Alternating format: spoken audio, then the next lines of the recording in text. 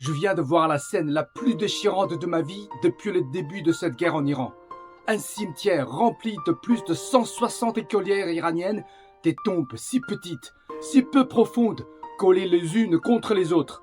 Plus de 160 petites filles, à peine 10 ans, ou même moins, sont tuées lors des frappes américano-israéliennes sur une école à Minab, dans le sud du pays, à 20 km du golfe d'Oman. Je suis papa de 2 enfants. Voir ce petit corps si fragile, allongé dans des boîtes si petites, attendant leur dernière demeure, ça me brise le cœur en 1000 morceaux. Un enfant, c'est tout l'avenir d'une famille, c'est l'espoir vivant d'un peuple entier. Combien de parents se sont réveillés ce matin avec leur vie en miettes, et ces beaux principes humanitaires brandis par les puissances, et les piétinent sans même nous regarder. L'UNESCO a aussi tweeté qu'elle était profondément choquée par cet incident.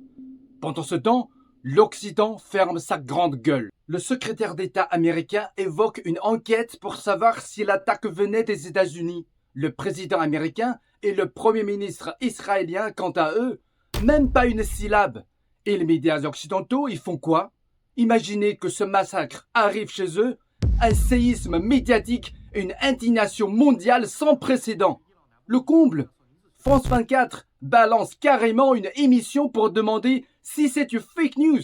Je suis sous le choc total. Dès qu'un truc qui ne sert pas les intérêts de certains politiciens occidentaux, leurs médias ferment les yeux ou crient au mensonge. L'humanisme de certaines puissances n'est qu'un voile sur la brutalité de leurs intérêts. On le déploie quand il sert, on le froisse quand il gêne.